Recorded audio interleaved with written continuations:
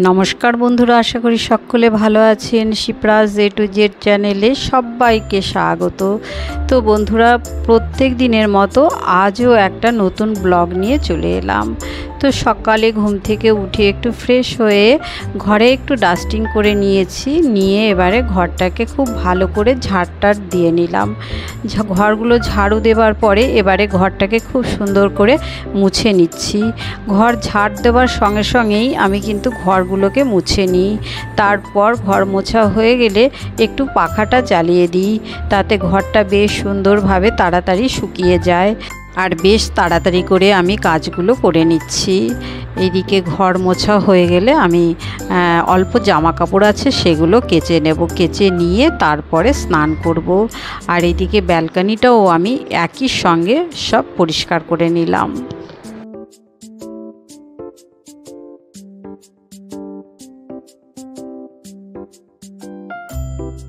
तारपर देखुन बंधुरा आमी खूब सुंदर करे पुजो करे निलाम।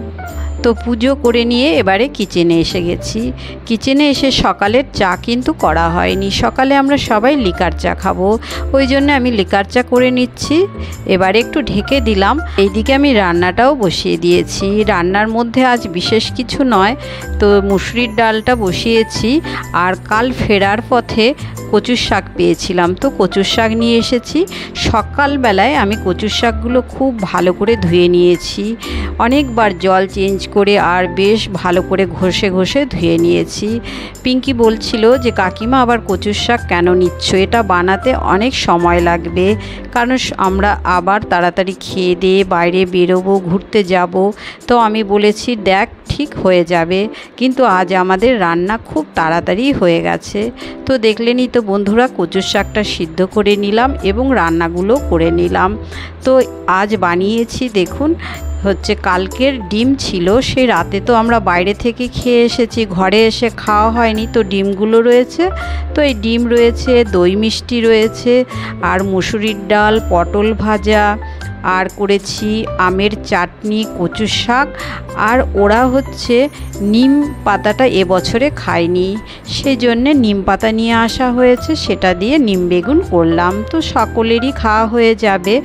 আর কচুর শাকটা পিঙ্কি, সোম ওরা খেতে ভীষণ পছন্দ করে, সেই জন্যে কাল যখন দেখতে পেয়েছিলাম বাজারে, তো সঙ্গে সঙ্গেই কিনে নিয়েছি।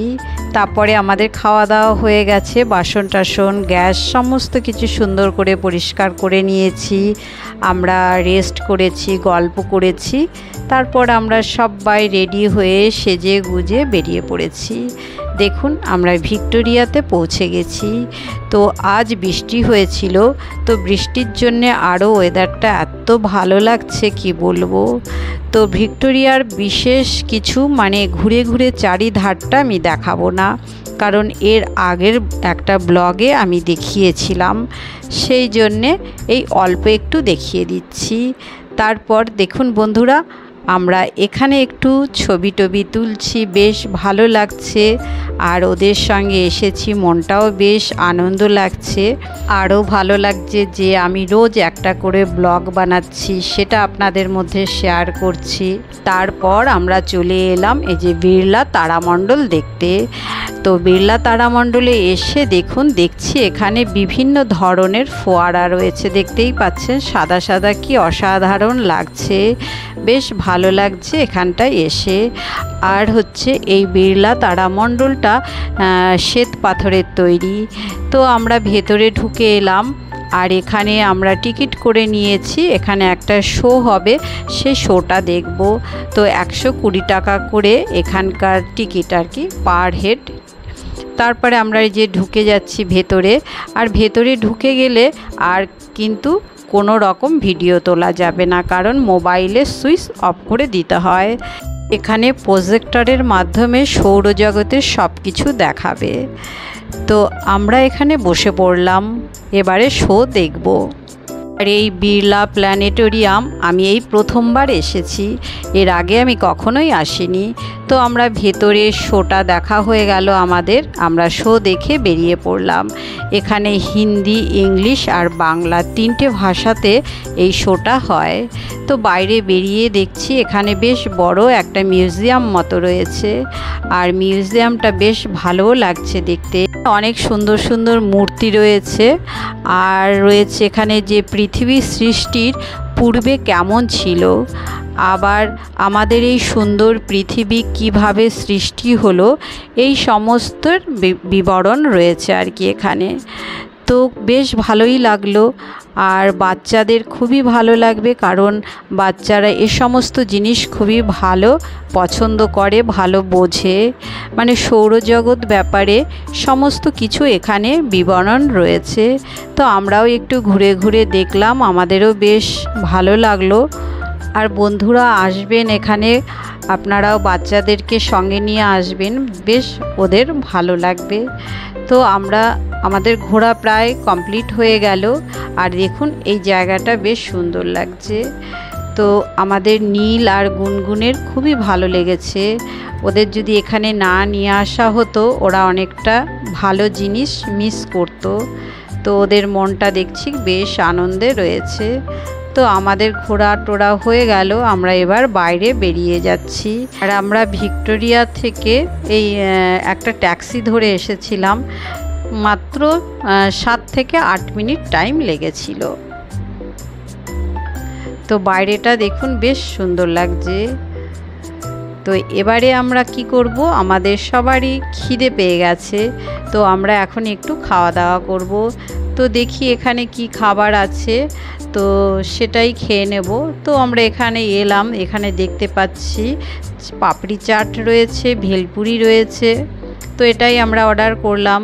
তো দেখুন আমরা সবাই পাপড়ি চাট খাচ্ছি, আর পাপড়ি চাটটা কিন্তু বেশ ভালো লাগলো, ভীষণ টেস্টি বানিয়েছে। তো এগুলো খেতে তো বেশ দারুণ লাগে। এই সব বাইরের খাবার খেলে আমার ভীষণ শরীরের প্রবলেম হয়, তবু খেলাম একটু, খুব বেশি একটা খাই না। আর বন্ধুরা ভেলপুরিটা কিন্তু দারুণ বানিয়েছিল। এরপর খেয়ে দিয়ে আমরা চলে এলাম হাওড়ার দিকে, এই যে আন্ডার ওয়াটার মেট্রোতে চাপার জন্যে। তো নীল আর গুনগুনের খুব ইচ্ছা এই মেট্রোতে চাপবে, তো বেশ ভালোই লাগলো সবাই মিলে। আমি তো এর আগে একবার এসেছিলাম, তবুও ভালো লাগলো। তো এবারে আমরা বাড়ি ফিরে এলাম। বাড়ি ফিরে এসে এই যে বিরিয়ানি নিয়ে আসা হয়েছিল, মানে সকাল থেকেই ঠিক করা ছিল আজকে বিরিয়ানি আনা হবে, কারণ ওদেরকে তো আমি নিজে মাংস বা চিকেন খাই না বলে রান্নাও করিনি। তো আজ ওদেরকে বিরিয়ানি এনে খাওয়ানো হলো।